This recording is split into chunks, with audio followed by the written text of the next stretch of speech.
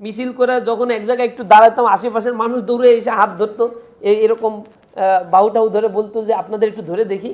এসে কেন এরকম করতেছেন কেন, মানে দেখি আপনারা আসলে কি মানে কেমন আর কি, শিবির কেমন, মানে এমন বানায় ফেলছে মনে হচ্ছে যে আমরা আর মানুষ না, আমরা কোনো এলিয়েন, কোনো অন্য গ্রহ থেকে আসছি।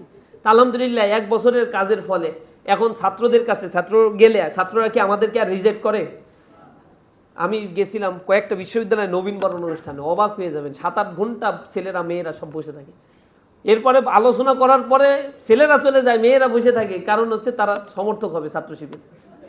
গতকালকে সুনামগঞ্জে প্রশ্ন করতেছে মেয়েরা যে ছাত্র শিবিরের ছাত্রী উইংস খোলে না কেন, ছাত্রী উইংস একটা খুলে দিলে আমরা ছাত্র শিবির করবো। অনেকেই আসি যোগদান করতে চাই, কিন্তু ছাত্র শিবিরে তো ছাত্রীরা যোগদান করতে পারতেছে না। আমাদের তাদের নিয়ে প্রোগ্রাম করছি, আমাদের সংগঠনে তারা আসতে চাচ্ছে। ছাত্ররাও তো এখন পঙ্গপালের মতো ইসলামী ছাত্র শিবির করছে। তারা মিথ্যা করছে, মিথ্যা প্রচার করেছে, উহারা প্রচার করুক হিংসা বিদ্বেষ আর নিন্দাবাদ, আমরা বলিব সাম্য শান্তি এক আল্লাহ জিন্দা। আল্লাহর কথাগুলো আমরা বলছি, আমাদের পজিটিভ কথা বলছি, শুধু গালিগালাজ করে কোনো সমাধান হবে না। তারা যা মিথ্যাচার করবে, এই মিথ্যাচারের জবাবগুলো আপনার ভালো কাজের মাধ্যমে দিতে হবে, তাহলেই কেমন আপনি ভালো কিছু করতে পারবেন।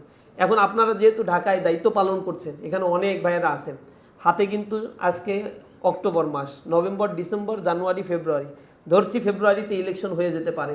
তাহলে 4 মাসের মধ্যে আমাদেরকে প্রত্যেকটা সেন্টারে যারা উপশাখা ভিত্তিক দায়িত্ব পালন করছি, এক একটা সেন্টার তো আছে আসনের, এই সেন্টারগুলোতে ওই দিন কিন্তু দাঁড়াতে হবে, ওই দিন পাহারা দিতে হবে, ভোট যাতে চুরি করে নিতে না পারে। আমরা বিশ্ববিদ্যালয়গুলো নির্বাচনে যেটা করছি, ভোট দেওয়ার পরে আমরা বলছি জনশক্তিরা ঘরে গিয়ে ঘুমাইতে পারবা না, আগের দিন রাত থেকে ভোট পাহারা দিবা, পরের দিন গোনার আগ পর্যন্ত, এরপরে গুনে নিয়ে আসবা।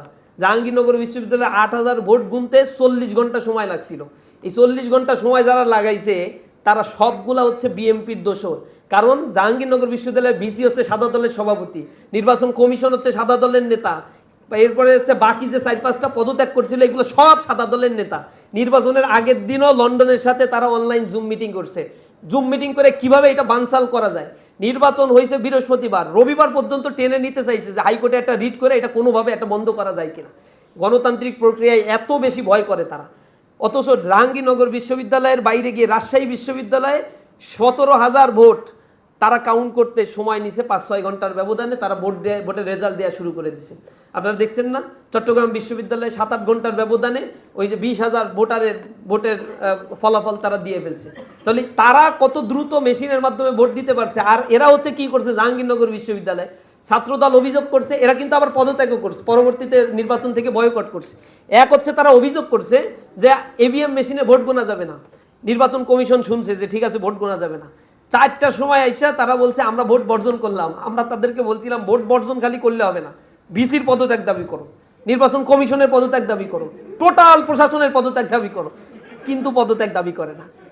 এই যে নিজের লোক যে রাজশাহী বিশ্ববিদ্যালয়ে কিছুই করতে পারতেছে না, খুব চাপা ক্ষোভ। আমরা বলতেছি তাহলে নির্বাচন কমিশন থেকে শুরু করে সবাই পদত্যাগ দাবি করতে থাকো তোমরা, কারণ এইগুলো সব তোমাদের লোক, আমাদের তো লোক না। কিন্তু এই জায়গা আর নাই। ঢাকা বিশ্ববিদ্যালয় বলছি কারচুপি হইলে সব পদত্যাগ দাবি করো, অন্বেষণে বসে যাও, কিন্তু বসবে না, লোক তাদের, তারা গুনে গুনে নিরপেক্ষ 2 জন বিসি প্রক্টর এরকম মানুষগুলো যারা হচ্ছে সততার সাথে কাজ করে, তাদের কথা শুনে না, এই 2 জনের পদত্যাগ দাবি করবে, এই হচ্ছে তাদের কাজ। তাদের